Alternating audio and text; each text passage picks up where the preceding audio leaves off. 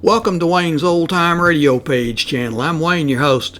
These programs are brought to you by support of our listeners. You can give your support at Patreon or PayPal, either one. There's clickable links in the description below. Thanks for your support and enjoy the shows. If you'd like for me to get you a shout out, there's a link to PayPal in the description below. Leave us a donation.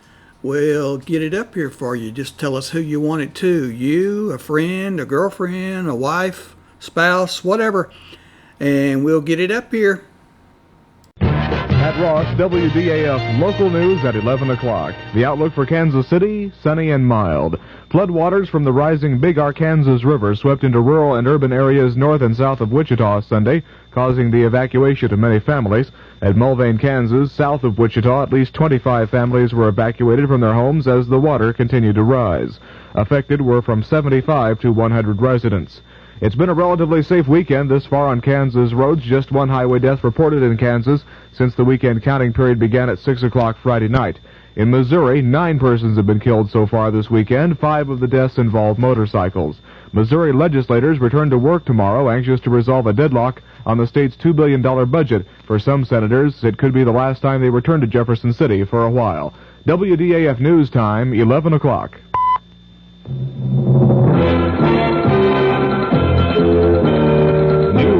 The hour on the hour from American Information Radio. This is George Caldwell from New York, and at this hour, Chairman Peter Rodino of the House Impeachment Committee says he doubts President Nixon would be cited for contempt of Congress, even if the president does withhold some evidence subpoenaed by the committee. On ABC's Issues and Answers, Republican Senator Charles Percy of Illinois says the president already is headed for a dangerous confrontation with Congress. Percy says the president may be obstructing justice by holding back evidence. Democratic Representative Shirley Chisholm has changed her mind about chances the president will be impeached. In Kansas City this afternoon, Chisholm told newsmen, I do think there are enough votes now. About 3 weeks ago, I would say no. But again, I am noticing the change in the attitude of some of the most conservative members and some of the lifelong allies of the President of the United States. And when that begins to happen, you recognize that there is an erosion of confidence. And so I think that we do have the votes at this moment. Representative Chisholm said the president's tax case turned the tide for impeachment. The fight for Mount Hermon. That story coming up.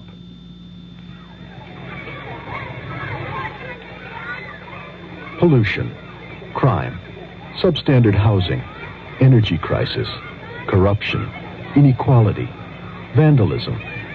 If you don't like these conditions, you can do something about it. Law Day, May 1st, reminds us that the great thing about our system is that people can have a voice in improving it if they understand it and if they use that voice in the many ways possible. Through involvement like helping to register voters, campaigning for candidates, voting. People of all ages can work to bring about change lawfully. But with almost half the population under 25, youth can make the difference. Learning what can be done and how should begin at an early age. Law Day urges young America to lead the way. Help preserve good laws. Help change bad laws. Help make better laws. A public service message of the American Bar Association and your state and local bar associations. Military officials in Tel Aviv say they don't have any information to support reports that Israeli soldiers moved into Lebanon today. Arab newsmen on the scene say an Israeli force took positions on the edge of Mount Hermon in southern Lebanon. Syria says its troops attacked 10 Israeli positions on the other side of Mount Hermon. Earlier today, correspondent Jem Bennett was on Mount Hermon. At least for a few hours, the Israelis, who have tenaciously held on to this position in the face of very heavy shelling by the Syrians, are not about to be pushed off. Their spirits remain high. They're a happy people, a happy group of soldiers. I don't see any dispiritedness among them. The plateau stretches out in a green carpet for miles. From here I can see Damascus, I can see into Lebanon, and it's the control of this mountain that gives the Israelis the advantage in the Golan Heights. This is Jim Bennett, ABC News, atop Mount Hermon. Newsweek magazine says the FBI has turned up valuable new leads in the Hearst case. Newsweek says numerous undercover agents have infiltrated the neighborhood where the Symbionese Liberation Army was headquartered and may actually have found the house where Patricia Hearst was taken. Tornadoes hit 3 counties of eastern Wisconsin this afternoon, killing 2 people and injuring at least 36. Police Captain Don Utak tells what a twister did in Oshkosh, Wisconsin. Well, it did quite a bit of damage. So there was some areas that are residential and some are commercial areas. Broke windows, tore roofs off.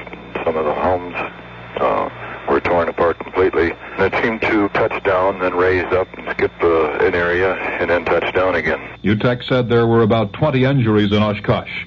1 man is reported dead because of flooding along the Souris River in the southern part of North Dakota. About 3,000 people have been evacuated from their homes in the North Dakota flooding. On Broadway tonight, the Tony Award for Best Play went to The River Niger. Best Musical is Raisin. Best Actress in a Musical, Virginia Capers in Raisin. And the Tony for Best Actor, Michael Moriarty for Find Your Way Home. This is Information Radio News. From the Kurt Murr Sports Desk, the Chicago White Sox scored 7 times in the 6th inning and went on to an 11-7 victory over the Kansas City Royals today. The highlight was Brian Downing's bases-loaded triple. Downing also homered. John Mayberry had a 2-run homer for the Royals, while Tony Soleta added a solo shot.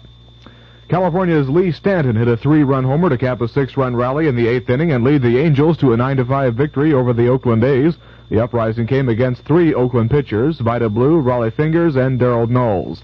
Stanton's homer was his 4th of the season. A 3-run double by Mike Phillips and a tie-breaking single by Steve Ontiveros in the 8th inning boosted the San Francisco Giants to a 6-4 triumph over the Los Angeles Dodgers. The Dodgers' Andy Messersmith entered the frame with a 4-hitter and a 4-1 lead before the Giants exploded for 5 runs. Chris Speyer drove in the final run of the inning with a single. Veteran Joanne Prentice sank a 3-foot putt to defeat Jane Blaylock today on the 4th playoff hole to win the title in the Dinah Shore Winner's Circle golf tournament. Miss Prentice, an 18-year veteran of the tour with 4 prior victories, holed her birdie putt after Miss Blaylock's attempt at a 12-foot birdie went beyond the hole. She collects $32,000 for winning this richest ladies tournament in history. And Chris Efford won her 9th consecutive clay court title today by methodically crushing Australian Kerry Melville 6-0, 6-1.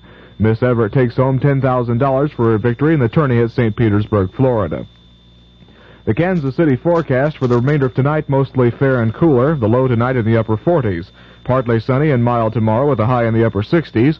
Fair and cool Monday night with a low in the 40s. Tuesday, mostly sunny and warmer with a high around 70.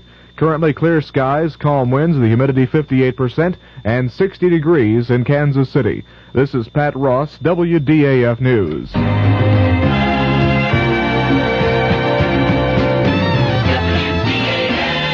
The CBS Radio Mystery Theater presents...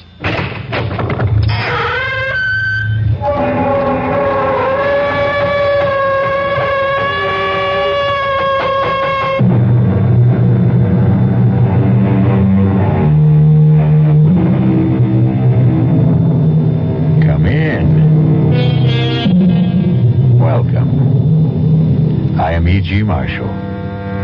Welcome to the terrifying world of your own imagination.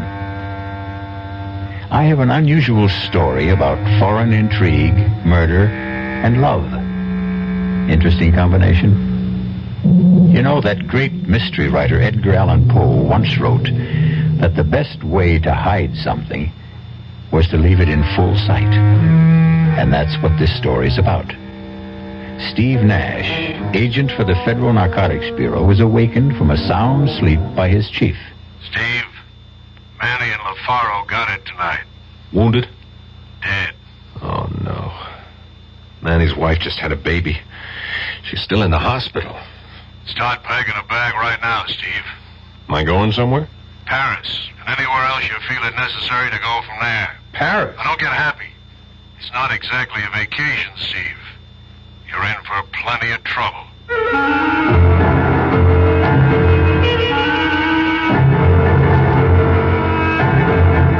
Our mystery drama, Conspiracy to Defraud, was written especially for the Mystery Theater by Sidney Sloan and stars Paul Hecht. It is sponsored in part by the Kellogg Company, makers of Kellogg's Special K cereal, and by Anheuser-Busch Incorporated, brewers of Budweiser. I'll be back shortly with Act One.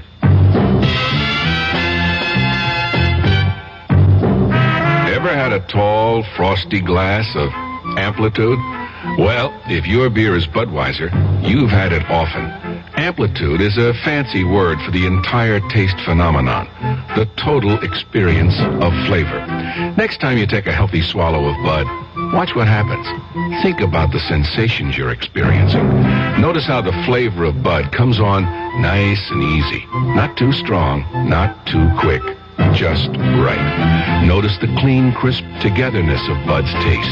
Everything in perfect balance, with no single element jumping out at you. And there'll be no aftertaste either, no hanging on. And you'll be refreshed and ready for another glassful. Actually, Bud drinkers have been experiencing Amplitude for years, but they never phrase it that way. They just say Budweiser, and that says it all. Anheuser-Busch, St. Louis. Hello, this is Steve Allen. You are? Then I must be Jane Meadows. I hope so. Now, do you want to tell them, darling, or shall I? Ladies first, sweetheart. The microphone's all yours. Okay. Well, we have some good news. Steve and I are the honorary chairman of National Goodwill Week. That's May 5th through the 12th. Mm-hmm. And we're very pleased to be associated with this organization. Yes. Because it's the #1 rehabilitation facility in the country. You see, Goodwill believes in people, and its business is helping the handicapped help themselves. Mm-hmm. And you know, Steve, with most of us these days devoting a good portion of our time combating the energy crisis, we tend to forget about the battle that handicapped people face every day just to survive. Very true. But that's where Goodwill Industries comes in. It offers them a chance to learn a trade, earn a living, and regain their self-respect. Yes. Well, our time's about up, Jane, so remember, folks, be good to Goodwill. Especially during the week of May 5th through the 12th.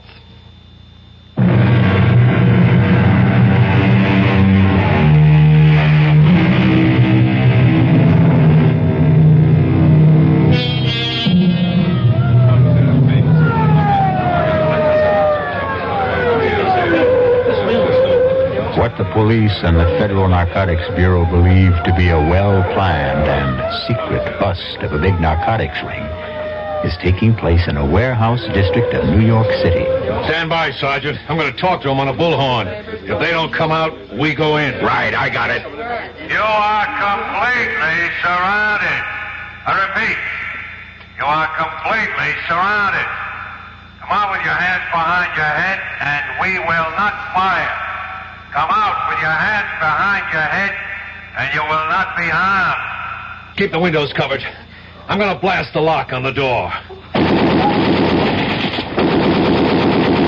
That's got the door. Let's go. Looks like there's nobody here. Careful, it might be a trap. This is your last chance. Come out with your hands behind your head. Cover me. Hit the lights. Well, there's a body. Careful, careful. Chief, it's Manny. He's dead. Manny. LaFaro may be here, too. He's here, Chief. Still alive? No. Dead. They got him, too.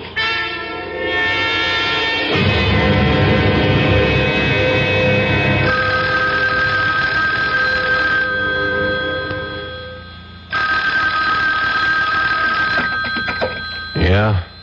This is Borden, Steve. Yeah, Chief, what's up? Manny and LaFaro got it tonight. Wounded? Dead. Oh, no. Manny's wife just had a baby. She's still in the hospital. I haven't spoken to her yet. Talked to Mrs. LaFaro. Took it hard, eh? I hate this job. Steve, you're a good friend of Manny's. Would you talk to his wife for me? Sure, I'll go to the hospital first thing in the morning. Rotten business. Better start packing a bag right now, Steve. Oh, am I going somewhere? Paris. And anywhere else you feel it necessary to go from there.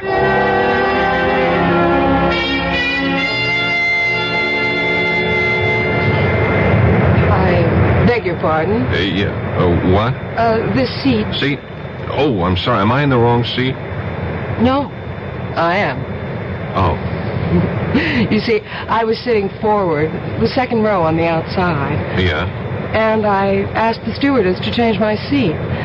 This was the only unoccupied seat in first class. Oh, sure. Sit down. I don't mind. thought this was going to be a dull flight. My name is Helene Frayne. Oh, I'm Steve Nash. Pleased to have you as a traveling companion. I'm pleased, too. Are you going to be in Paris long, Mr.? Nash. Call me Steve. So seldom I get called Mr. I'm not sure whether I'm the one. Steve, then. Are you going to be in Paris long? Well, it all depends on business. Are you? No, I was rushing back to... Well, you see, my aunt and my brother are in Paris, and I was with them until last Thursday when I had to fly back to New York. Up and back across the Atlantic. I'm impressed. This is my first time over. I'm as excited as a kid. Your first time? Well, that must be exciting. You must let us show you the sights. Nothing I'd like better, Helene.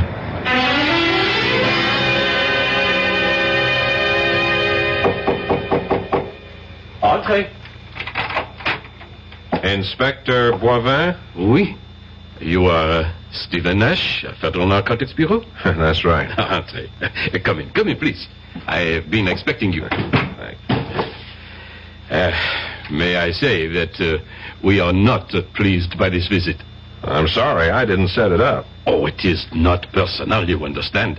But we feel that France is, how shall I say it, is being insulted by the charges that we are the center of the illicit narcotics trade in Europe. Inspector, a lot of heroin is getting into the States. We know it's coming from France. Well, that is doubtful. In the last 6 weeks, we have intercepted and destroyed over 100 pounds of refined heroin coming into New York alone. From France? Definitely.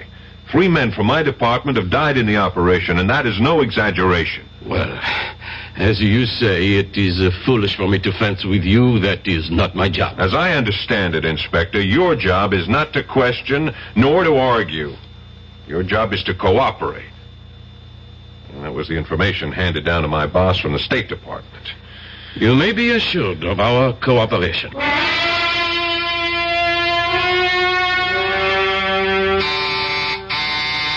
Entree. The door is open. Oh, hello. You must be the chap Helene picked up on the plane. Picked up? Oh, that's just a figure of speech, of course. I'm Harrington Frayne, Helene's brother. Oh, hi, I'm Steve Nash. Yes, well, hello. Sit down. Helene should be back in a minute. Just stepped out to do a bit of last-minute shopping.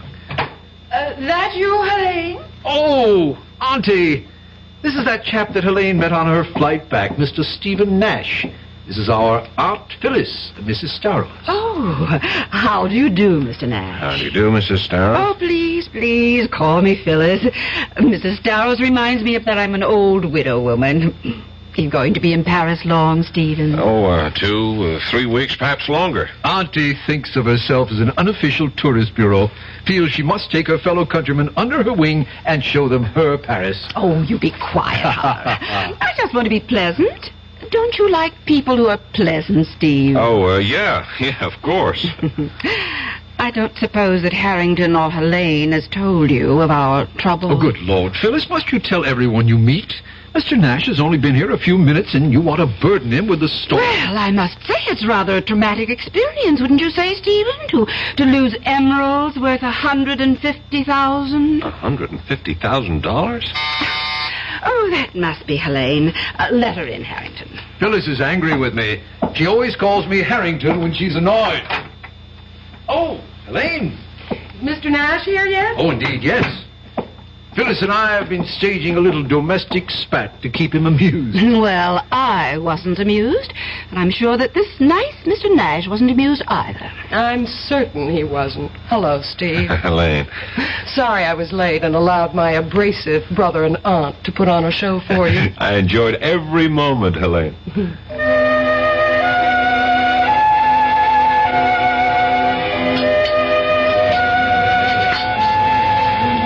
Penny for your thoughts, Steve. Oh, I'm sorry. I shouldn't have let the maitre d' seat us here in the window with a view of Notre Dame and the river. It is beautiful, isn't it?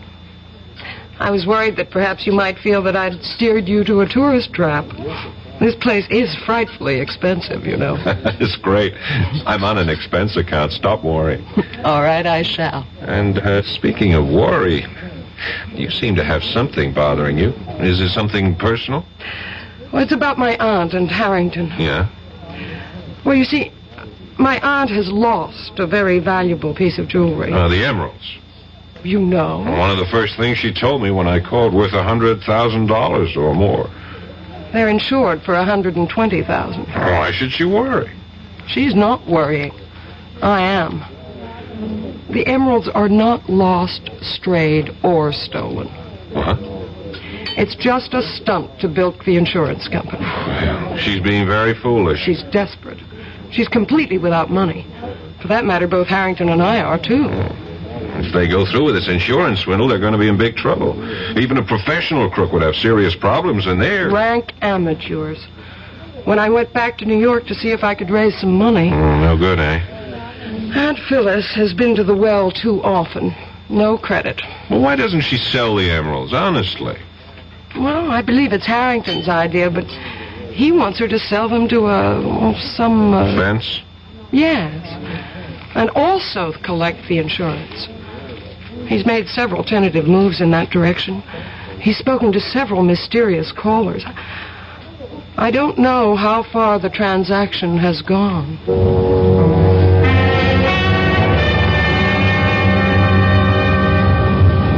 Taxi! Taxi! I can find you a taxi, monsieur. What? You want a taxi? I can get one for you. No thanks, sir. What a town. Even the taxi drivers have agents. You will not make a move, monsieur. It is a revolver that is pressing into your back.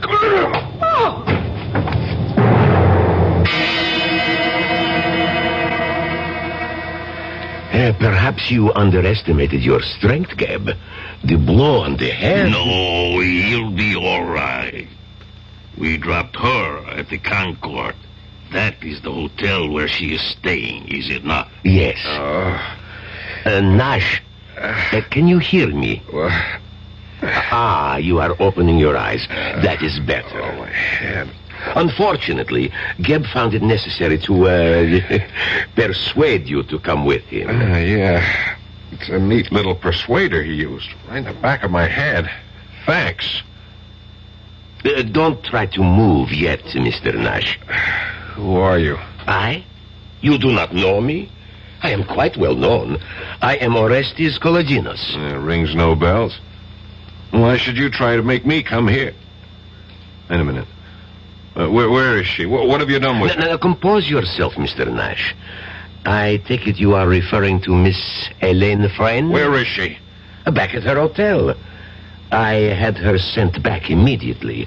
We did not want to speak to her, just you. Okay. You have the floor, Mr. Kolodinos. Kolodinos, Monsieur Nash. It is an old name. In my country, a revered name. I'll do my best to remember.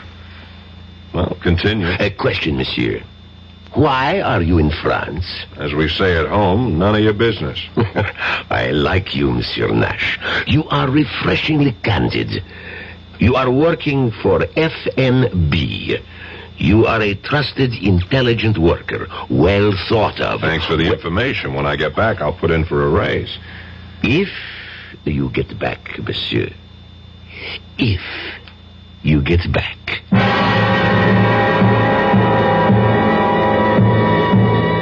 There is no doubt in Steve's mind that Kolodinos would and could carry out his threat. 3 men had already been permanently silenced, and it was not likely that Kolodinos would hesitate at the 4th. I'll be back shortly with Act 2. Great taste in the morning. Kellogg's has that wholesome taste to get you up and grinning. This is Jerry Coffer for Kellogg's Special K. You know, for years we've been talking about the Special K breakfast, a great way to start the day if you have a weight problem. You may have seen or heard our latest commercials, which symbolize the problem of being a few pounds overweight by using this ball and chain. That's the sound effect. But so many people have come to know the Special K breakfast that can help solve weight problems, they sometimes forget that Special K is America's favorite high-protein cereal. It has 8 essential vitamins and iron, and so delicious that lots of folks, kids as well as adults, eat Special K just for the sheer good taste of it. So we don't want you to think that you have to wear a ball and chain to eat Special K. All you need is an appreciation for the finer things of life, a 1-ounce bowl of Special K, 4 ounces of skim milk, tomato juice, coffee, and maybe a little sugar. The Special K breakfast can help you lose weight all by itself, but it really is a good start. The Marine Corps Reserves are looking for a few good men to help keep the peace. We're looking for men who understand that nobody likes to fight, but somebody has to know how. We want men who want to see their children grow up in an age of peace. Men who will do more than wish for it. Men who will work for it. Men who don't need the draft to know there's a job to be done. Men who ask themselves what they can do for their country and do it. We're looking for a few good men to stand with the Marine Corps Reserve. No shortcuts, no compromises, no promises except one. You'll be a Marine, and you'll be ready. That's the job of a peacekeeper.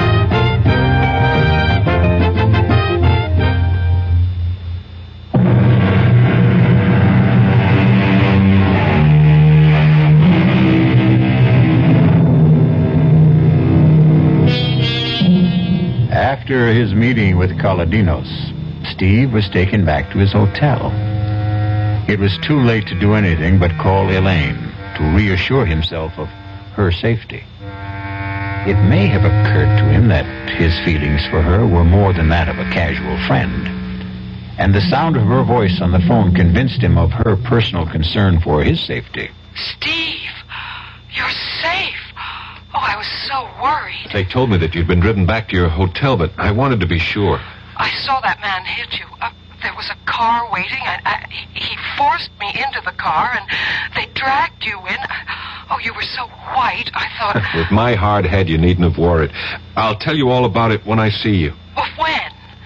When will I see you? Oh, there's so many things to ask you. I'm sorry, I can't tell you what time. I'll call you again. Okay, Steve. Till then, bye. Bye, darling.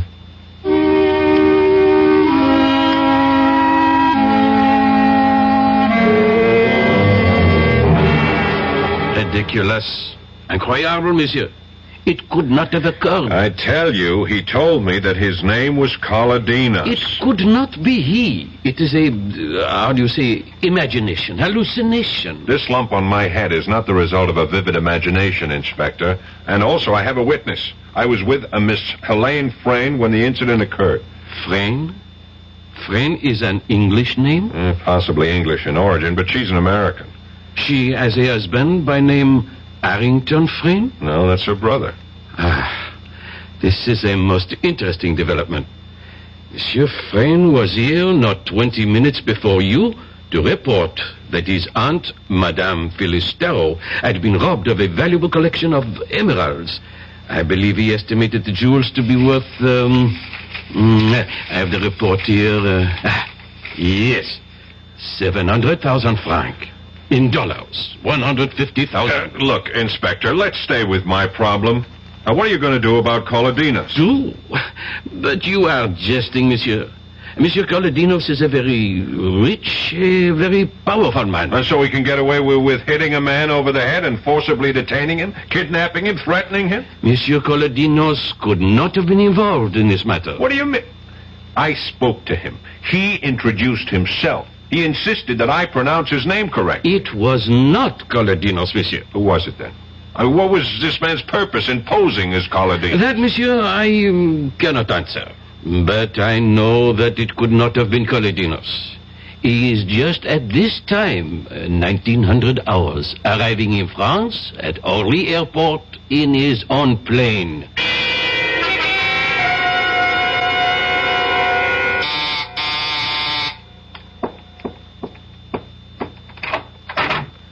Steve. Darling. Oh, You kissed me. Surprise you? No. I was sort of expecting you to kiss me. Don't you think we ought to shut the door? I wanted to take you in my arms 20 minutes after we met on the plane. I wanted you to 13 minutes after we...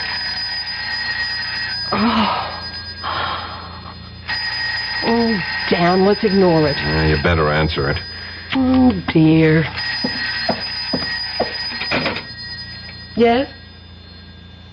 Yes, he's here. Steve, it's for you. New York calling. Oh, yeah, I left word at my hotel where I was going to be. Here, darling. Oh, thanks. Hello? Steve, this is Hal Borden in New York. Oh, right, Chief. You get my cable? Yeah, and I have all the info you requested, but I can't give it to you where you are. Incidentally, where are you? Oh, Suite 1013 at the Concord Hotel. It's all right, it's a friend. All right, now go to the railroad station. Gare du Nord. Near the ticket window on the south side of the station, you'll see a line of 10 telephone booths. Counting from left to right, you go to booth 3 at 3 o'clock your time. You better get to it 15 minutes early to be sure it's available. Now, wait a minute, Chief. Let me see if I got it all. Gare du Nord, 3 o'clock, third booth on the south side of the station, counting from the left. Correct. Why all these precautions, Chief? Steve, you are being watched, followed, bugged 24 hours of the day. Don't trust anyone. I'll talk to you later. Bye. Bye, Chief. Well, what was that all about? Oh, it's nothing. It's the business I'm in, Elaine. Oh, it sounds very mysterious. Rushing off to the Gare du Nord to receive a phone call at 3 o'clock in booth 3. Oh, I almost forgot. What? When I came into the hotel just now, the clerk at the desk gave me a message for you. Hang on, I got it here someplace. For me? I think it's for your brother. What did I do with it? Ah, darn it. Well, don't be upset. It's probably nothing important. Hang on. I can remember it. It was very short. Just call El Morey. What? Yeah, it was, sounds sort of Arabic. El Morey. E-E-L-M-O-R-E-Y. Did you ever hear of it before? Oh, no. Maybe. I'm not sure. You seemed a bit upset when I mentioned it. Well, I was, actually. I think it's the man Harrington has been trying to contact. About the sale of the emeralds? Yes. We've had several calls. I've heard him deep in muffled conversation on the phone at least 3 times in the last week. Elaine, you can't let them... You've got to help me. I'm desperate. I can't think how I can stop them. Except by going to the police, as you said. Oh, not that. No. That would be the last resort.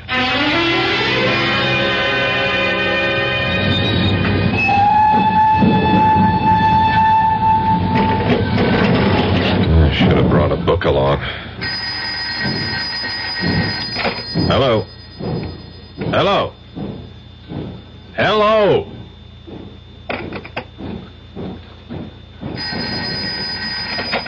Hello? Hello, Steve? Yeah, Borden. Steve Nash. Steve, is that you? Yeah.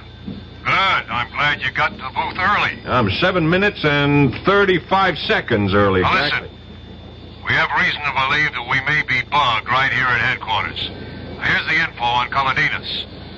He's a rich exporter of olives and olive oil. He's dabbled in other things, art, petroleum, some shipping. But mainly olives and olive oil, eh? Clean? Well, who knows? Then explain why he picked me up, brought me to this place, and gave me more than a gentle warning to get the hell out. I don't get it. He's reputed to be one of the richest men in Europe. Now, here's what I wanted to tell you. We have it on good authority that a very large shipment of raw opium came into Marseille yesterday. It'll take a few days to process, and then the refined product will be slipped out of France for here. Do the French know? They're just being told through official channels. We've asked them to check all personal baggage going out of France. Going out? Big order. I know. It's going to be tough to check. A lot will slip by. We'll have to try to spot it here. Wait a minute, Chief. What is it? Someone just slipped into the booth next to mine. Public phone, Steve. This guy I recognize. You know what time it is on my watch? Exactly 3. Yeah, but Steve, what is that got to... I ran into on the street the other night. The one who let me have it on the back of the head. Don't you see? He's in the next booth Probably hooking up some sort of electronic device to listen in on us. He expected you there at 3. Yeah, you were right. You were right about the phone being bugged. But we got the jump on him by several minutes because I was early. I won't hang up my phone, Chief. Stay on the phone. I'm going to get him.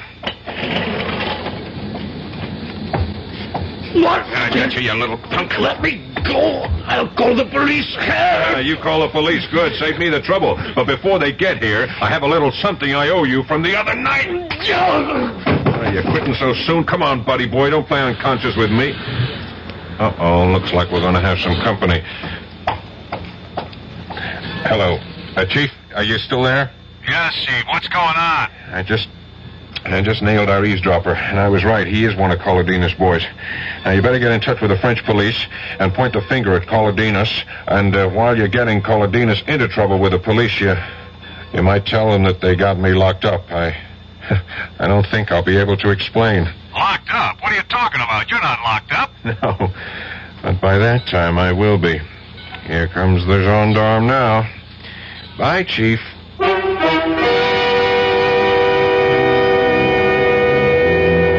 It is one thing to point the finger at Colodinos. It is another to pin him down. Colodinos is a man used to wielding great power, a very cunning and wily antagonist. We'll be back shortly with Act 3. Hello, this is Goldilocks. It seemed like only yesterday that I was a little girl tasting porridge. You know, this one's too hot. This one's too cold. And now I conduct taste tests on diet drinks. And there's one I must tell you about. Sugar-free Diet 7-Up. It has a fresh, natural, delicious taste. It drives my taste-o-meter crazy. Sugar-free Diet 7-Up. This one's just right. Hi, I'm Nanette Fabre. 11 million Americans have an untreated hearing problem, including 3 million school-age kids. I was one of those kids, but I got help. Most hard of hearing people can be helped either medically or through amplification. There is a Better Business Bureau booklet that may help you, and it's free. Write Better Hearing Institute, Box 1840. That's 1840, Washington, D.C. You want to hear what you're missing. Your contributions to care have given help and hope to millions of needy people around the world. When they were hungry, you nourished them. When they were thirsty, you brought them safe water to drink. When they were sick, you made them well. When they were homeless, you provided them shelter. When they could not read, you helped build their school. When they were without hope, you showed them how to help themselves. CARE, the International Aid and Development Organization. By helping one human being anywhere, you help mankind everywhere. People who need care need your help. Please send your dollars to CARE, Department 2, New York 10016.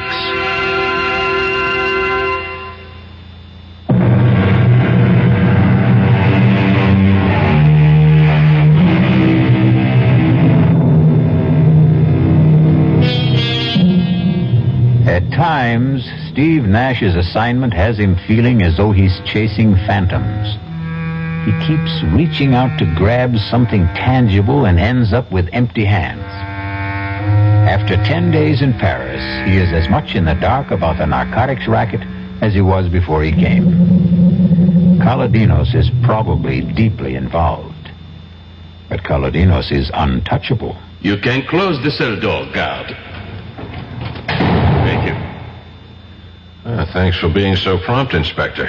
I didn't think I could stand your Bastille for another 10 minutes. Monsieur Nash, we have received a call from your bureau in New York asking us to come here and release you. How they knew you had been arrested is a mystery. I told them on the phone. You called from here? No. When I was making a call to my chief in New York from a booth in the Gare du Nord. I still do not understand. I knew I was in trouble after I hit that man that Colodinos sent. Colodinos? He is becoming, how you say, an obsession. You still don't believe he was the man? No. And I do not wish to continue this useless conversation. You have been released. You may leave. Good day. Hey, wait a minute, Inspector. What happened to the man I hit? He was treated for his injuries and sent home. Hey, let him go. He is Colodinos, man. He's the one who cracked me over the head and took... Monsieur, I will not listen to more from you. I am 3 years from retirement, and I am not stupid to jeopardize my pension. What's your pension got to do with this? What, indeed? I have told you that Monsieur Colodinos is very important, very powerful. You're afraid of him. I would not exactly say that. Well, I would exactly say it. I think he's the fat butterfly I came here to catch. And I'm going to net him with your help. Or without it.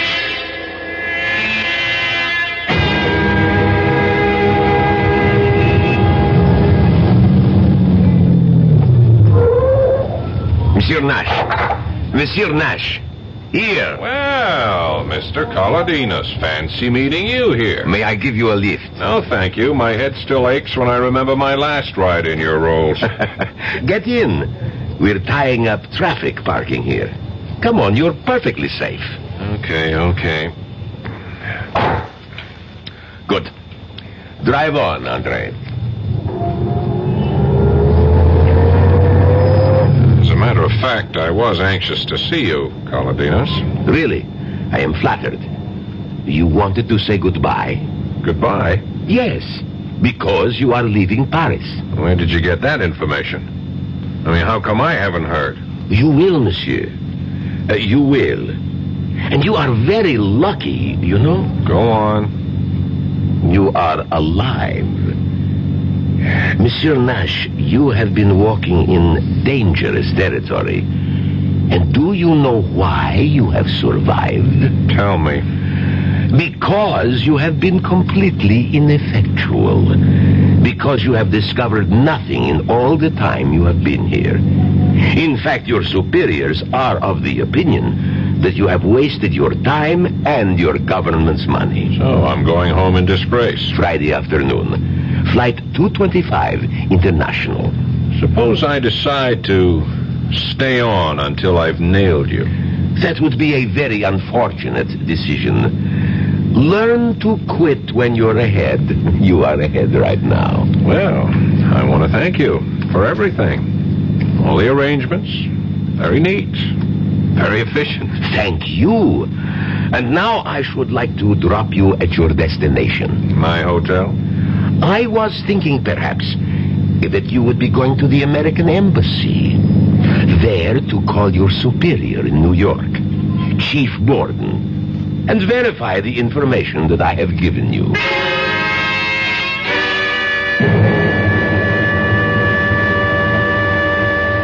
Borden here. Steve? Right, Chief. Been trying to reach you all day. I haven't got good news for you. I know. I'm coming home Friday. Sorry, Steve. I'm just following orders. Oh, don't bother to explain, Chief.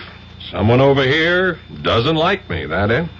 That's about it. Maybe because I'm getting close to something, beginning to press where it hurt. Well, if you want it straight, we got the info that you're having a big thing with a certain Miss Helene Frayne, spending government bread on her fancy restaurants, things like that. Yeah, no mention of Orestes Colodinos in all the memos on me. No, not a thing. Marvelous.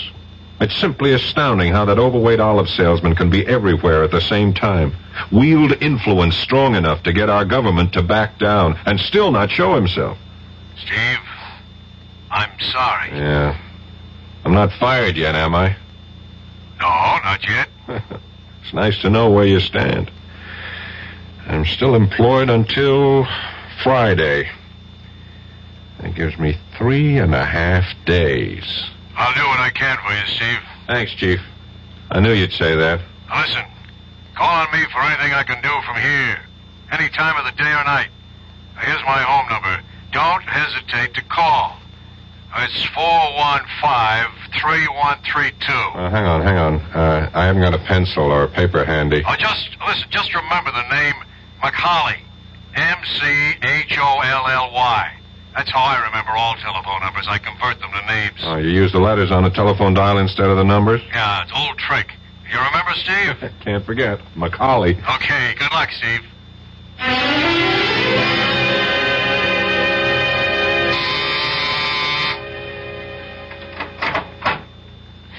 Steve, darling. Hi, Elaine. Oh, come in.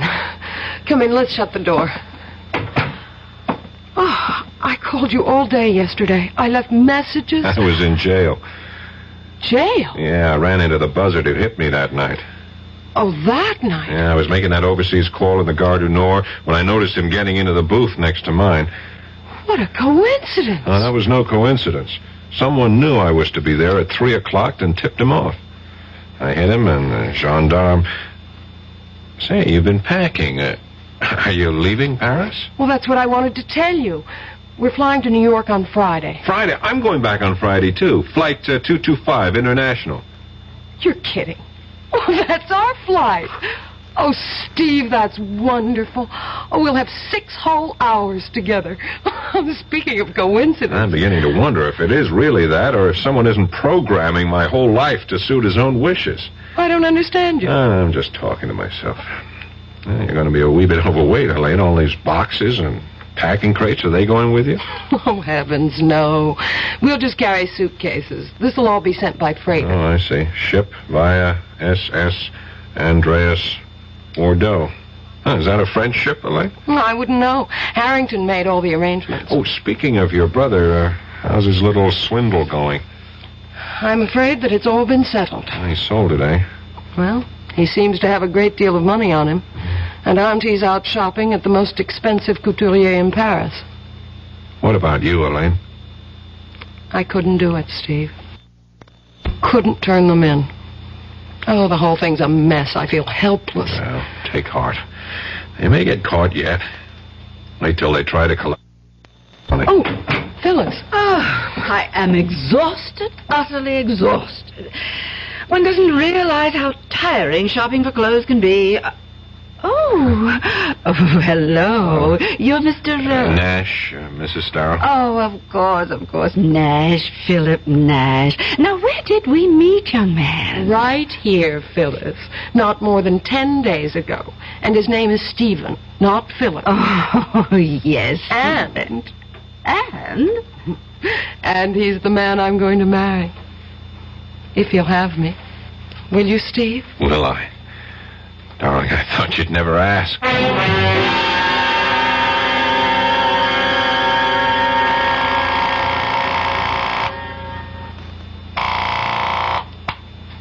Hello?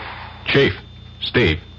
You know what time it is? Yes, 8 o'clock in the morning. Where you are, here it's just 2 o'clock in the morning. I just got to sleep an hour ago. I'm sorry, Chief. I had to call. It's urgent. Chief, I'm in Bordeaux.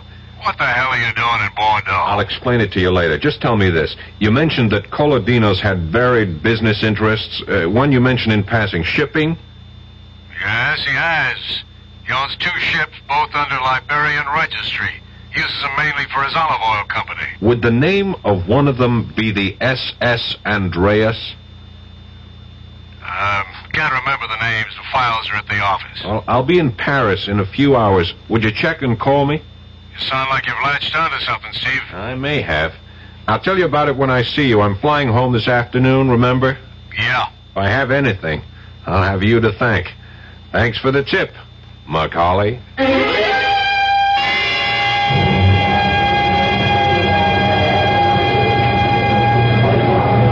Now, really, I can't understand. I distinctly remember ordering all 3 tickets for first class. Now they tell me that we have 2 first and 1 tourist. Now, don't get so worked up about it, Har. I suppose you expect me to sit in the tourist class seat? No, I shall. Being a martyr, Helene? No, but I'll have more charming company in tourist than you, dear brother. Here he comes now. Nash, that's right. Phyllis said he'd be on this flight.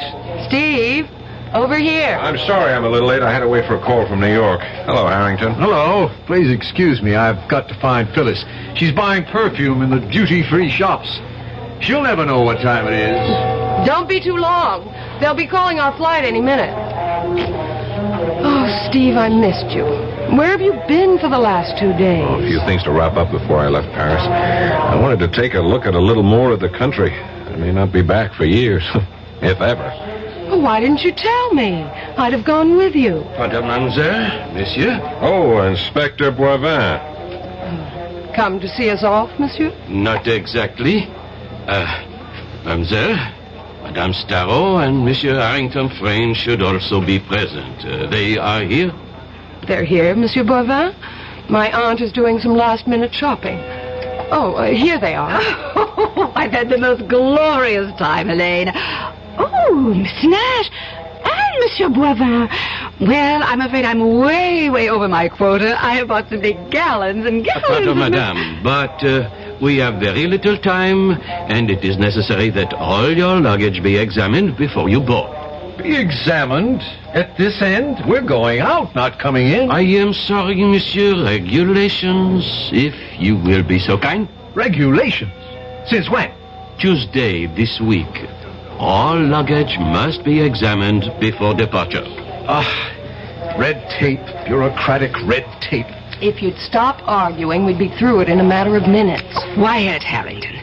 Now, Monsieur Boivin, where do we go? Please, be so kind as to follow me. You too, Monsieur Nash. Through this door, please. Our bags are already on the plane. They were checked through. You will find that all your luggage is on that table, ready for examination. Now, the attendants will help you, but we should like you to open your own luggage.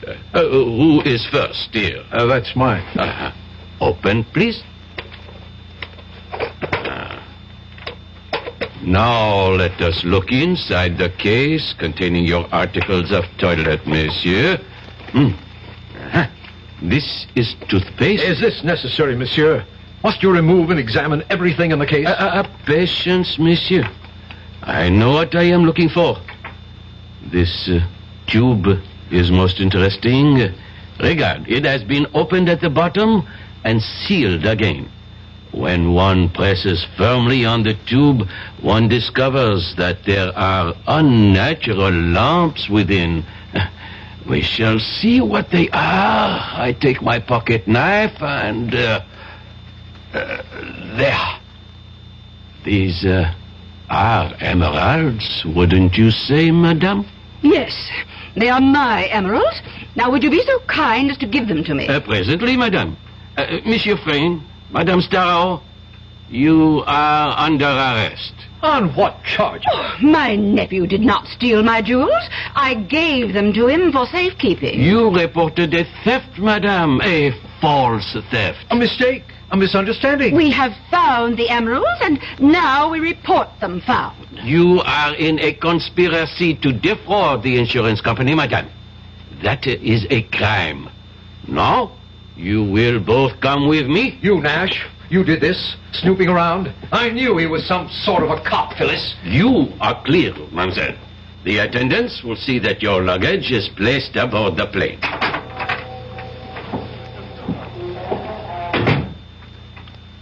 So you finally decided to do it, eh, Elaine?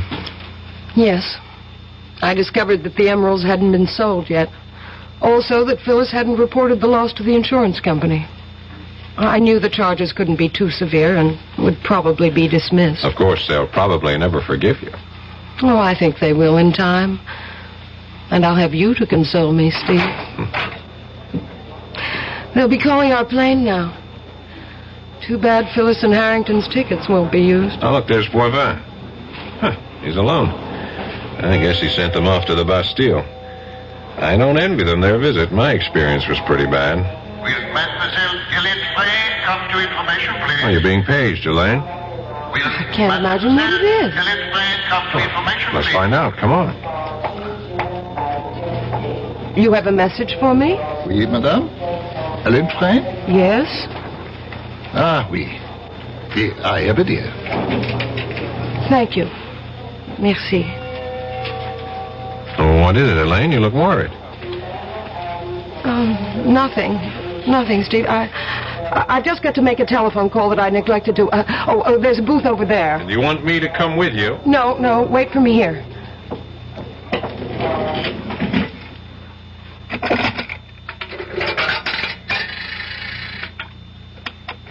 E-L-M-O-R-E-Y.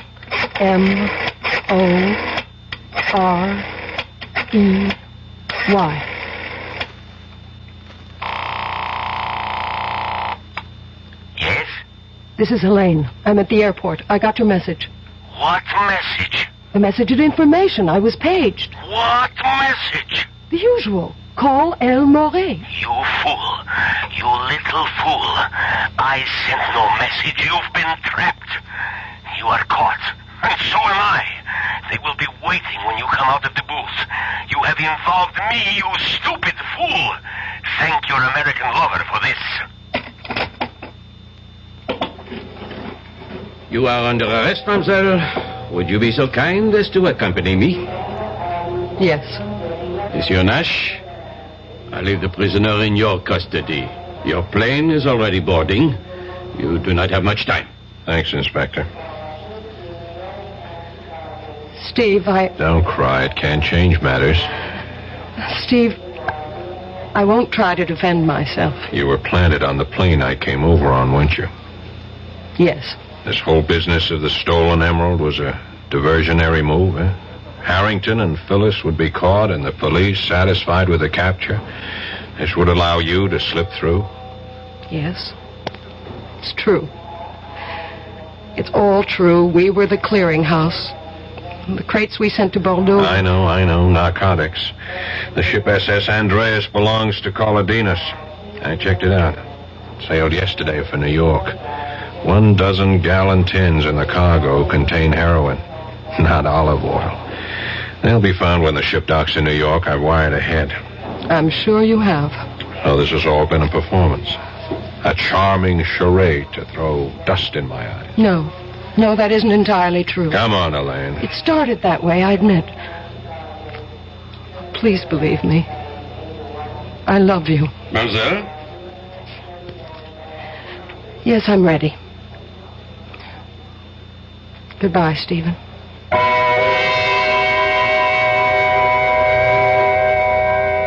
Steve stood there and silently watched the woman he had just begun to love being led away by the French police.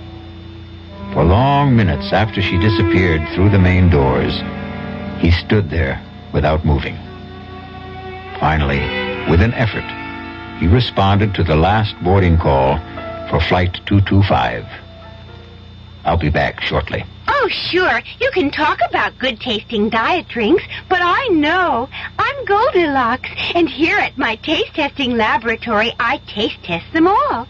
And nobody's been drinking my diet drinks until I tested sugar-free Diet 7-Up. And then, kabloomy! Every bear wanted some. Diet 7-Up is fresh, natural, delicious. Sugar-free Diet 7-Up. This one's just right. Pollution, crime, substandard housing. Law Day, May 1st, reminds us that if we don't like these conditions, our system allows us to do something about it. Through involvement like helping to register voters, campaigning, and voting, we all can help bring about change lawfully. With nearly half the population under 25, Law Day urges young America to lead the way.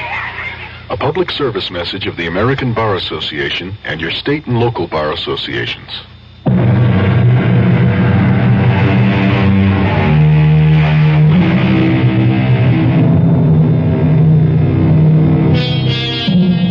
When Steve Nash got off the plane in New York, his chief was waiting to congratulate him. But all the praise and promises of a promotion couldn't wipe out the last look on Helene's face. He knew it would stay with him forever. Our cast included Paul Hecht, Suzanne Grossman, Ruth Warwick, George Petrie, Leon Janney, and Gil Mack. The entire production was under the direction of Hyman Brown. And now, a preview of our next tale. Jenny, that stone ain't gold. And what is it? It's pyrite. What's pyrite? Oh, it's just what everybody calls... Well, it's a sort of metal. Well, anyways, whatever it is, it's real precious to me. It's my lucky charm. Well, that's why you better not let Pa know what you think about it. Why? Well, you know what he's like. He cares about gambling more than he cares about anything, and all gamblers are real superstitious. Now, if he knew you had a lucky piece, especially if he heard the crazy story about you and the school burning down, he'd have it offer you so fast that it'd set your head to spinning. It isn't crazy. You heard me wish on the stone for no school, and now there is no school. That was just happenstance. You don't think it happened just 'cause I wished it? Of course it didn't. Then I'm going to prove it to you. Radio Mystery Theater was sponsored in part by new sugar-free Diet 7-Up. This is E.G. Marshall inviting you to return to our Mystery Theater for another adventure in the macabre. Until next time, pleasant dreams.